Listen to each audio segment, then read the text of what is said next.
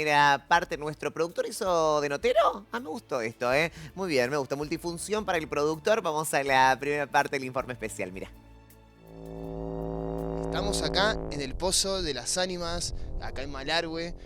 Bueno, y Rulo, nuestro guía turístico, nos va a comentar qué es el Pozo de las Ánimas. Bueno, el Pozo de las Ánimas son estas dos cavidades que estamos observando acá. ¿Sí? Esto se ha generado por la filtración del agua, se han generado, digamos, cavidades internas que se han erosionado, digamos, este material de calcita de yeso que tenemos acá abajo. Esto ha generado grandes cavidades, ¿sí? Y ha generado que después el mismo techo, digamos, y el suelo se desmorone, quedando el agua expuesta acá en el lugar, ¿sí? Esto es un pozo tremendo, imaginen que tiene cerca de 300 metros de largo de un lado al otro, ¿sí? Una caída de por lo menos 100 metros y una profundidad de más de 20 metros en el agua acá abajo. Esto por estas filtraciones y estos ríos de agua subterráneos que pasan por acá abajo.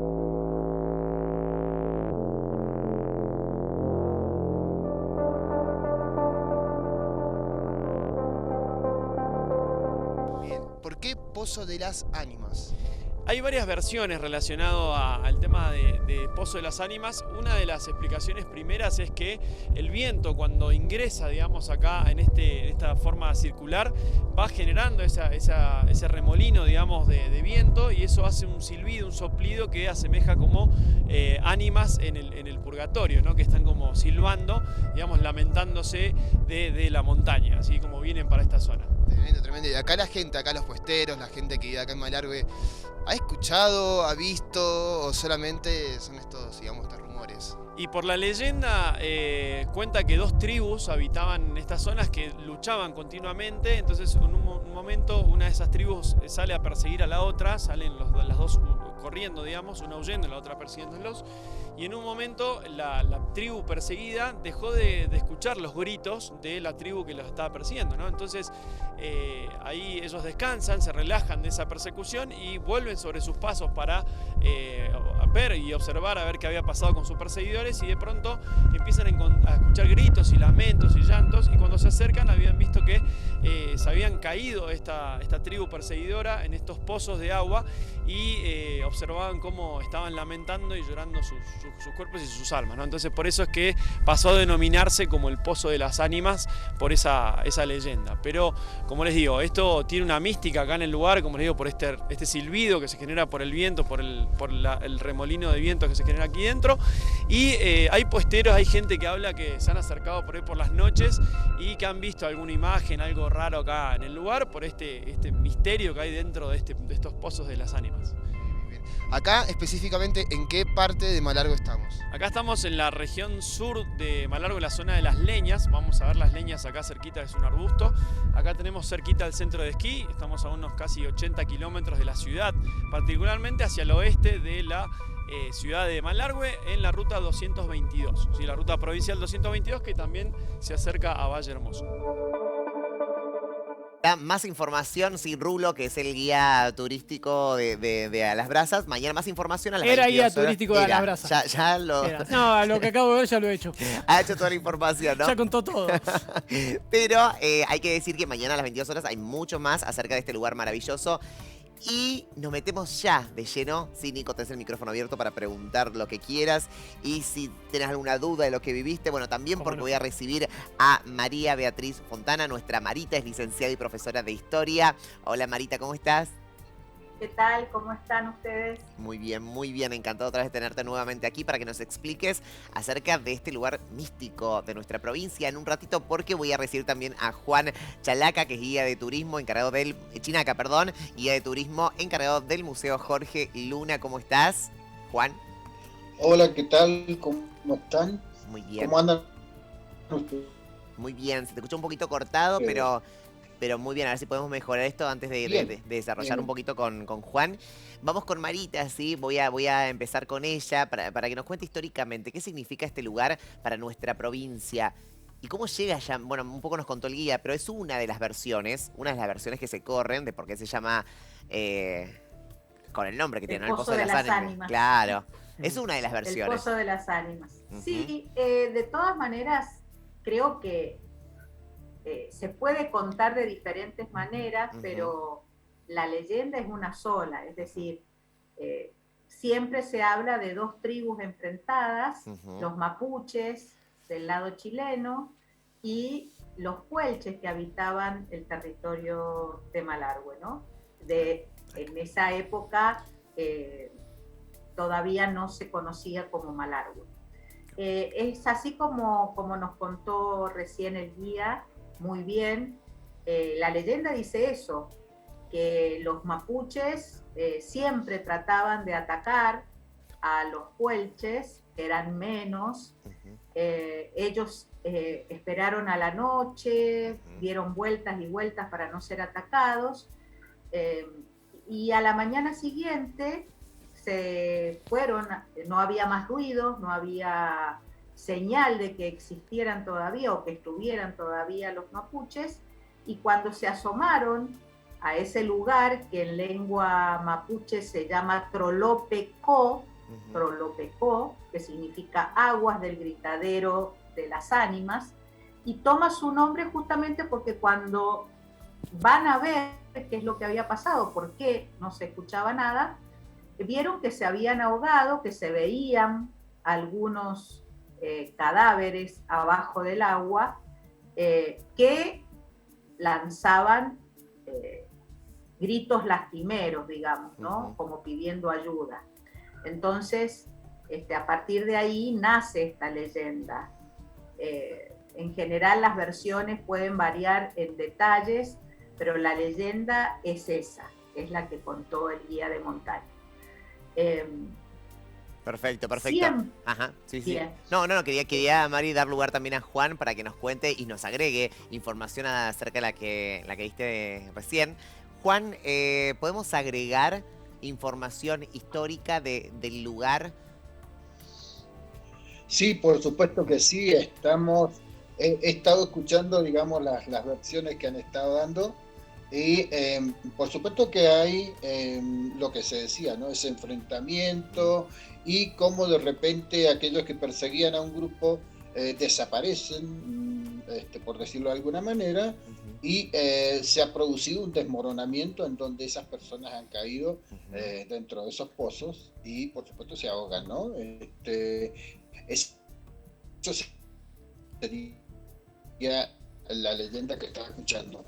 Pero uno tiene que agregar, teniendo en cuenta, a ver, primero, cómo se produce ese tipo de formaciones, ¿cierto? Geológicamente eso se llaman dolinas. Las dolinas se producen por un río subterráneo, ¿cierto? Que provoca el desmoronamiento progresivo de abajo hacia arriba, ¿cierto? Y llega un momento en donde la parte superficial se debilita y se quiebra en forma de cono invertido, ¿no? Y se va a producir ese fenómeno, que para que llegue a aparecer el agua pasa un tiempo bastante importante. Si bien geológicamente son bastante recientes, ¿no? Nosotros tenemos desde 1924 prácticamente las primeras fotografías que aparecen, donde aparece estos denominados pozos de las ánimas. Pero si quisiera agregar algo más a lo que ya han dicho, sí. Te podría contar algo que es muy interesante, ¿no? Y que pasa con este famoso tema de las conquistas del desierto, ¿no? Se dice que don Lino Garrido, quien vivió, y la familia de él sigue viviendo en el lugar, fue un desertor del ejército, ¿no? Justamente de quienes venían a atacar a las poblaciones originarias. En realidad yo les podría haber dicho Marí Kumele Caimí, ¿no? Haberlos saludado, porque yo soy hijo de un Colla de Potosí, de Bolivia, y una Pehuenche malarguina de la zona de la Payunia. Ah, muy bien, o sea que, muy bien. Tengo esa particularidad, ¿no? De unir esa cuestión tan importante. Y para nosotros, para los pobladores originarios, no es solamente un pozo en sí. Bueno, estaba explicando, a ver, geológicamente, ¿no? Se produce. Estamos en la conquista del desierto, 1880 exacto. y... Entonces, ¿qué es lo que pasa? Don Lino Garrido cuenta algo que es muy particular. Sí. Diría que es como un cuento de la Andricina, ¿no? Sí. Porque a él van y le preguntan cómo se formaron esos pozos, porque él vivía muy cerca del lugar.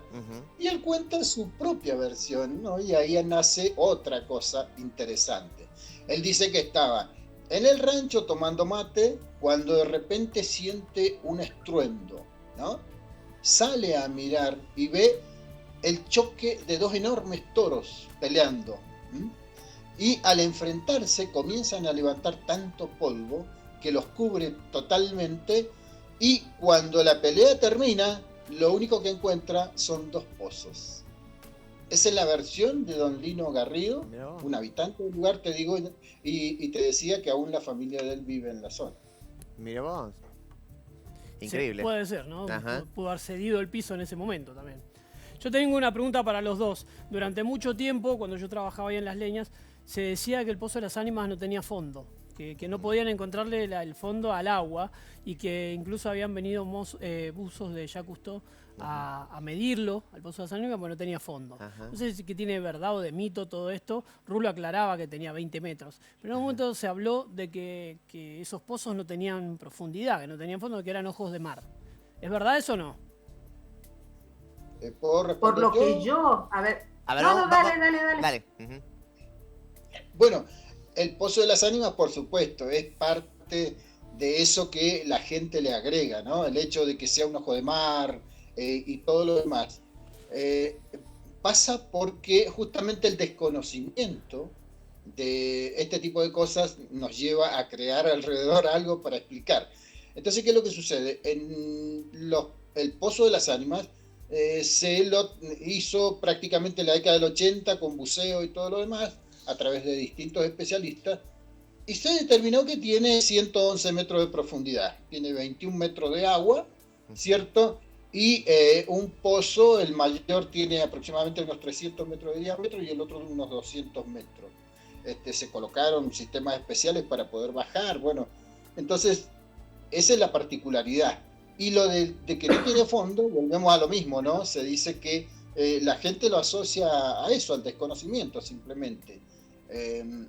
Yo, como les dije en un comienzo, son aguas subterráneas, o sea que no es tan complejo, digamos, poder determinar cómo se producen esos fenómenos. Aparte, no es el único, ¿no? Malargüe tiene varios similares, inclusive si ustedes van al Hotel Termal Lahuenco, cruzan el río Salado, ahí encuentran el Pedrero, ahí hay dos que están en formación, ya hace varios años, ¿no? Entonces, todo eso es muy interesante, cómo uno lo puede agregar, ¿no? a este tipo de cosas.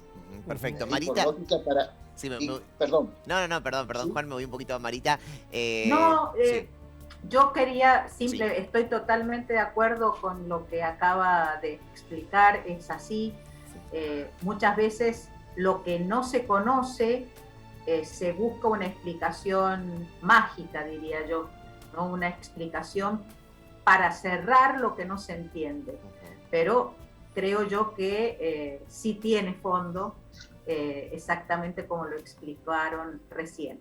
Y es muy interesante que entendamos que todo este territorio, el territorio de Malargüe, era el sitio, el territorio donde vivían pueblos originarios, que como tantos otros fueron, digamos, colonizados, civilizados a partir de la necesidad de la incorporación de tierras y de la conquista del desierto, lo que vos decías, Goga, hace un rato, ¿no? Sí. O sea, Malargüe surge como un fortín en el año 1846 y se va a utilizar como punto de partida para algunas expediciones al desierto, digamos, entre comillas, para incorporar esas tierras al modelo agroexportador que nuestro país va a ir desarrollando, ¿no? Marita, y se sabe...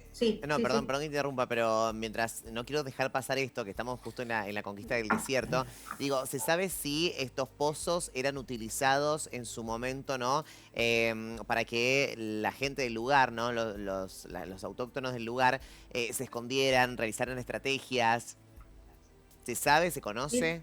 Mira, yo no tengo data...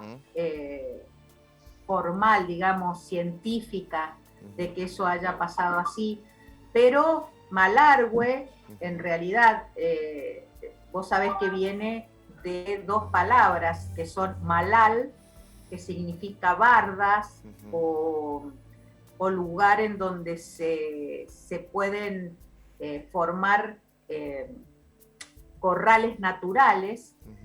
Malal significa eso, y hue significa lugar, es decir, lugar de bardas o lugar de corrales naturales. Entonces, Malargüe les daba a los pueblos originarios formas de esconderse de ese ejército que venía a sacarle sus territorios, ¿no? Aún hoy hay problemas de seguir expropiando la tierra de las poblaciones originarias que aún viven en ese lugar, ¿no? Son puesteros, ofrecen chivos, etcétera, etcétera, pero tienen muchos problemas aún hoy los pueblos. Sí, Juan, ¿podemos agregar esto es así? Vos que estás en la zona, que estás en el lugar.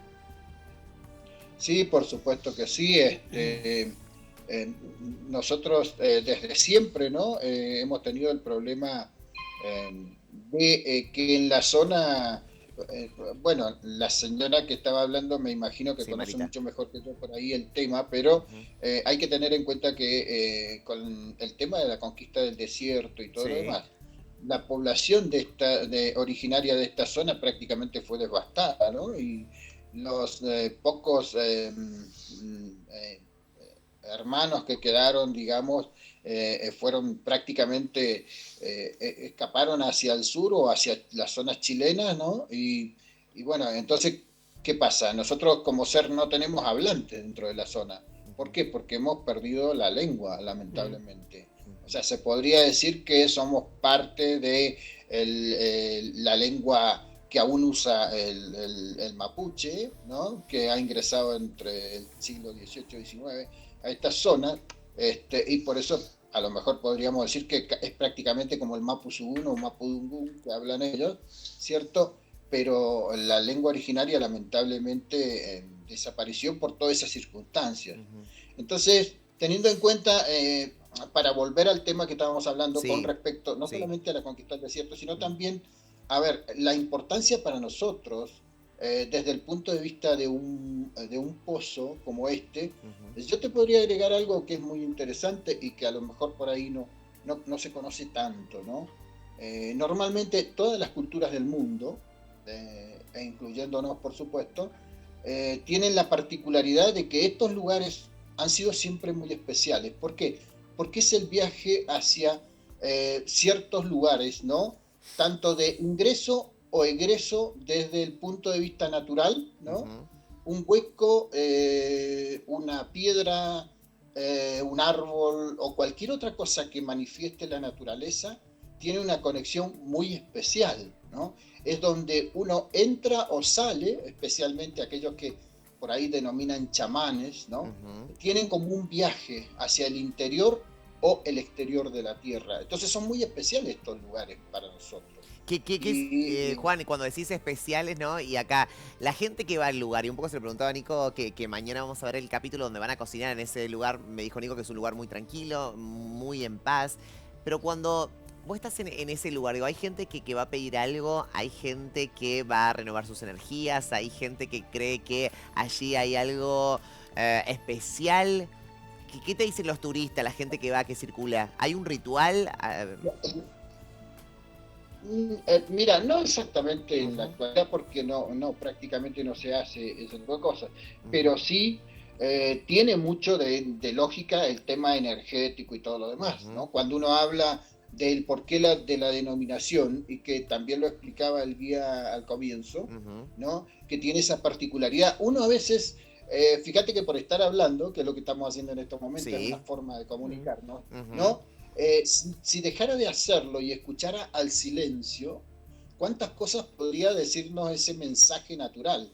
¿Por qué? Porque justamente tiene esa particularidad. Uno a veces no entiende el nombre de un lugar porque justamente no se detiene a pensar cómo se produjo, qué es lo que es, o qué significaba para nuestras poblaciones originarias. ¿Por qué? Porque nosotros hemos perdido quizás muchas costumbres que van lamentablemente desapareciendo, pero tratamos de que no sea así.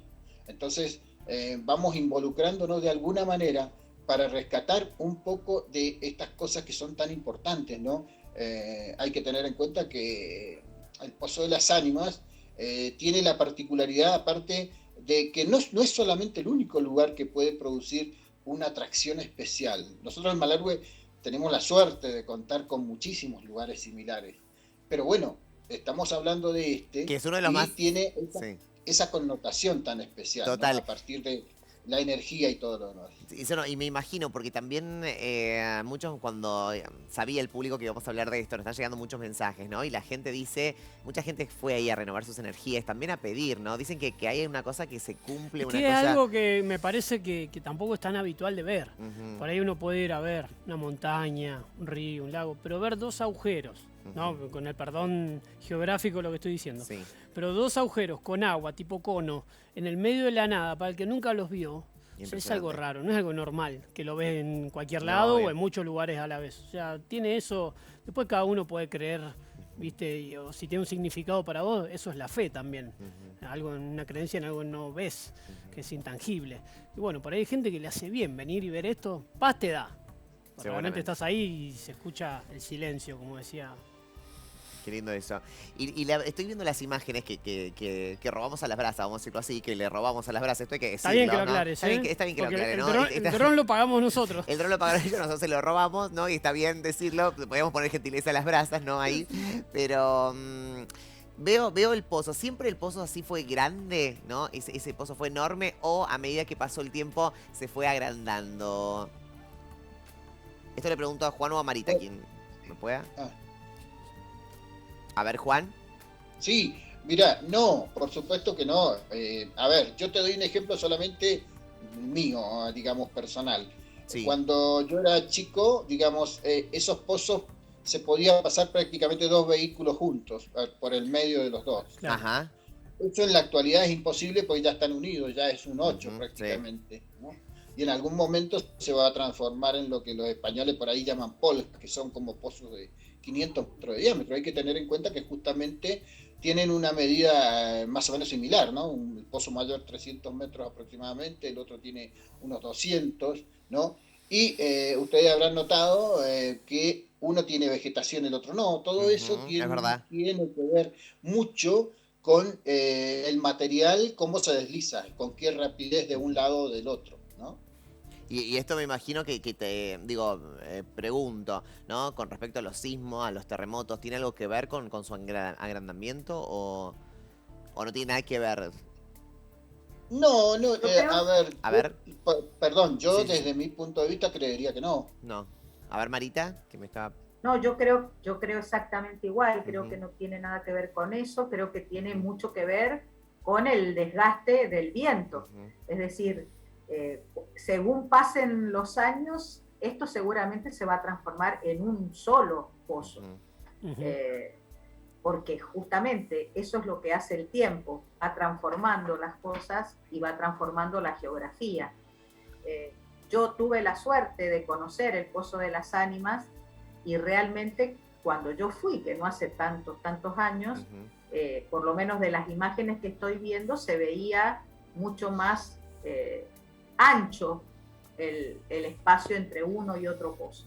Pero es un lugar maravilloso, es un lugar donde el viento pareciera que te habla, y es verdad lo que dice Juan, si uno dejara un poquito de hablar y escuchara el silencio, como hacían nuestros pueblos originarios, y creo que tenemos que aprender Ujú. todavía muchísimo de esas culturas, podríamos aprender mucho más de lo que nos está dando la madre tierra y la naturaleza, ¿no? Ese mensaje que podríamos decir en este caso que todo va cambiando, que no esperemos a que las cosas sigan siempre de la misma manera, y esto nos lo demuestra, ¿no?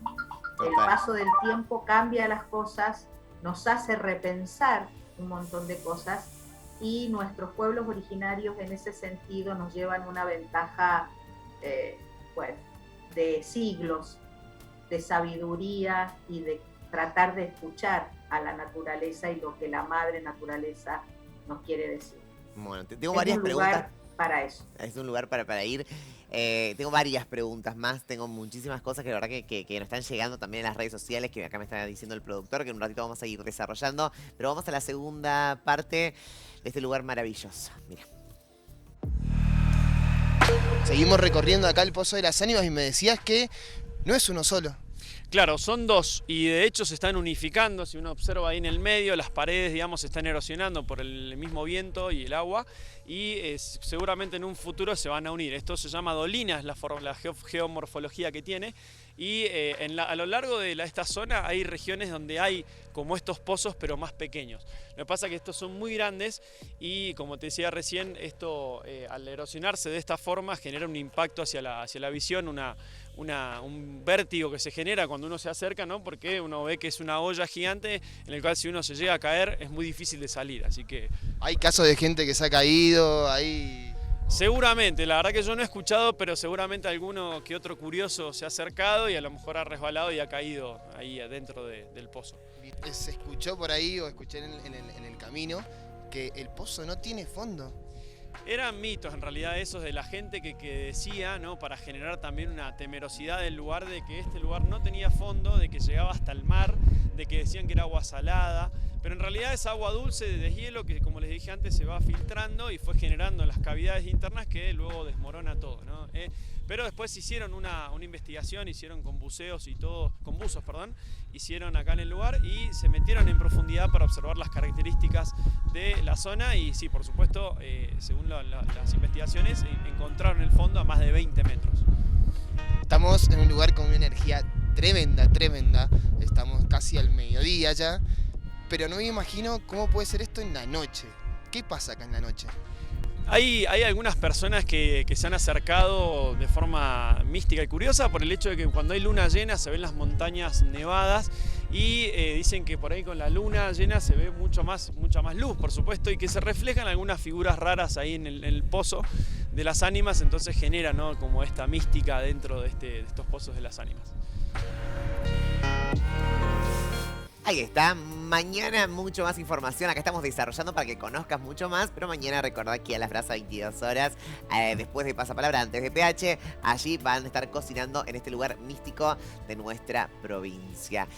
Y anoté varias cosas, ¿no? Primero, gente caída, ¿no? Se encontraron cuerpos, se encontró gente muerta. Juan. Mira, con respecto a eso, también está todo aquello de lo que dice la gente, ¿no? Uh-huh. Pero inclusive te digo más, se lo involucró como muchos otros lugares de la provincia o del país, Sí. con lugares en donde en esa famosa década del 70 y algunos inconvenientes con fuerzas militares, se decía que habían tirado cuerpos ahí. En realidad eso también, ¿no? No hay nada que pueda decirse que sea cierto. Lo único que nosotros tenemos en el Museo Jorge Luna, tenemos restos, lo que sí hemos encontrado es que nos parece, a ver, no sé si lógico, pero es lo que siempre hace el ser humano, descartar elementos que no le sirven y de la mejor manera, cosa que nadie lo vea. Claro. Hemos encontrado restos de elementos de trabajo como si fuese, qué sé yo, en la mina o algo así. Hemos encontrado pedazos de baldes, de palas. Ese tipo de cosas sí se han sacado de esos lugares. Pero nada más. ¿Cuerpos no? No, nunca. Que yo sepa, por lo menos, no. No, bueno, pero también, ¿cuándo fue la última vez que se realizó una investigación, Juan, con respecto a estos... Lo que pasa es que esos se hicieron, por decirlo de alguna manera, en la década del 80 se hicieron las bajadas, digamos, de buceo y todo lo demás, ¿no? Donde, ya te digo, lo que los especialistas determinaron por un lado, más lo que nosotros conocemos por el material que tenemos en el museo, es eso, ¿no? Los elementos que hemos encontrado tienen que ver con eso, con descarte de elementos de trabajo, digamos. Perfecto, perfecto. Marita, lugar estratégico para la época, y me voy ya nuevamente para atrás, ¿no? De esto, que vamos a ver para atrás. Lugar estratégico para una guerra, para atacar, digamos, al enemigo. Se utilizó esto porque me imagino que en esa época, estoy viendo lo extensos que están ahora los pozos, pero en esa época me imagino que no estaban tan extensos. Y podría haber utilizado, ¿no? ¿Se habla de eso en alguna escritura? No, no se habla de eso Ujú. específicamente en ningún lado porque, repetimos, Ujú, es una leyenda. ujú, Por lo tanto, fuentes históricas que hablen de esa batalla o de ese Ujú. enfrentamiento entre los pueblos no tenemos. ujú, Sí tenemos la maravillosa historia oral, digamos, Ujú. esa transmisión oral que se transmite de generación en generación. Sí, que es la que... Exacto, esa tradición Ujú, que nos permite conocer esas leyendas, porque sin la tradición oral, ujú, sin la exposición de los abuelos, de los chamanes, de aquellos que tienen memoria todavía de esas leyendas, ujú. no las tendríamos nosotros tampoco. Entonces, fuentes históricas que hablen de batallas Ujú. libradas en ese lugar, no No, conozco. no. Ni como lugar Creo que estratégico no hay. tampoco. Ujú. No, No. tampoco como lugar estratégico. Qué raro, Marita, Tampoco ¿no? como Como vos lugar como historiadora, ¿no te estratégico. parece raro, digamos, un lugar allí, ¿no? Donde vivía Sí, la pero gente del lugar y que no hayan, digamos, ningún escrito histórico con respecto a nuestra provincia que lo vincule, ¿no? Con nuestra provincia, porque ese no lugar. estaba tan cerca del poblado, Goga. O sea, Ah, no estaba cerca del lugar en donde se ujú. asentó primero los fortines y Sí. después el pueblo de Malargüe, recién en Ujú, 1846, que empieza la historia, digamos, ujú, de Fortín de Malargüe, y después en la década o fines del siglo XIX, ujú. 1880 y pico, cuando se funda el departamento de Malargüe. O sea que estaba lejos del Claro. centro poblado, de donde estaba el ejército, por ejemplo, que después iba al desierto. Creo que por eso este lugar pasó desapercibido casi. Ujú. Mira vos. Juan, para ir cerrando la nota, ¿cómo está hoy el Pozo de las Ánimas? ¿Cómo está hoy? ¿Cómo Bueno, se encuentra hoy? mira, por lógica, como decíamos anteriormente, Ujú, sigue produciéndose la erosión, ujú, ¿cierto? Por supuesto que se ha detenido muchísimo, vos tenés que tener en cuenta que Malargüe viene sufriendo prácticamente 7 años de sequía y eso ujú, repercute en cualquier ámbito que tenga agua, ujú, ¿no? Entonces es como que a lo mejor la erosión no se ha marcado tanto en los últimos años, pero bueno, sigue produciéndose permanentemente. ujú, Y bueno, yo creo que hay que tener presente siempre que estos lugares tan especiales para nosotros hoy en día, ujú, para el turismo, eran lugares muy especiales para las culturas, como decía antes, ujú. pero también hay que tener presente, bueno, estoy totalmente de acuerdo con lo que decía la señora, perdón que no me acuerdo el nombre, Marita, dice Marita, sí, de confianza. Ahí Marita. está, Lo que Marita. decía Marita me parecía muy interesante, porque hay que Sí. tener presente que para la época en que estábamos hablando, Ujú, en el último cuarto del siglo XIX, ¿no? Por decirlo, ¿qué pasa? Todos estos lugares, salvo por los cuatreros, que eran los que más utilizaban los cajones, ujú, como le podríamos llamar a esos valles, esos cajones servían nada más que para encerrar animales, ¿cierto? Cuando se robaba el ganado y se lo trasladaba a Chile. Entonces, quizás serían los que más contacto podían llegar a tener con esos lugares y por lógica tampoco no iban a registrar algo como eso. Entonces me parecía muy interesante lo que acotaba Marita. ¿Por qué? Porque eh, todo esto hay que tener en cuenta que, a ver, si nosotros nos remitimos un poquito hacia atrás nada más, primero, el Camino del Sol, como le llamamos nosotros, o la actual 222 a las leñas, no existía, ujú, no hace tanto tiempo que se hizo. En algún momento, cuando San Martín cruzó por acá, con la última columna, mejor dicho, a cargo de Freire, va a cruzar por el planchón, cierto, se utilizaba más que nada el río Salado hacia el norte, digamos, del río, ¿no? Y no en estos sectores. Entonces, claro, todo eso va a ser el por qué tampoco quizá no se tenían noticias de estos lugares como lo vemos ahora, ¿no? Por supuesto. Y qué lindo qué lindo digo, ir descubriendo y redescubriendo estos lugares en nuestra provincia, porque me imagino también que si bien yo insistía con la escritura, porque me parece también que sería muy lindo, ¿no? Que se cuenten todas las escuelas, ¿no? Acerca de estos lugares que no se cuentan mucho y que la verdad es que hoy gracias tenemos los programas de televisión que en el caso de Las Brasas están en el lugar, en el caso de No Culpa que estamos contando, bueno, y que estamos haciendo llevar a todos los mendocinos acerca de estos lugares, pero en las escuelas no sucede eso, no sucede, o muy pocas escuelas realizan información acerca de estos lugares y por eso yo insistía con el tema de la escritura, porque estos lugares tienen que estar escritos y tienen que ser parte de nuestra historia mendocina. Así es. Uh-huh.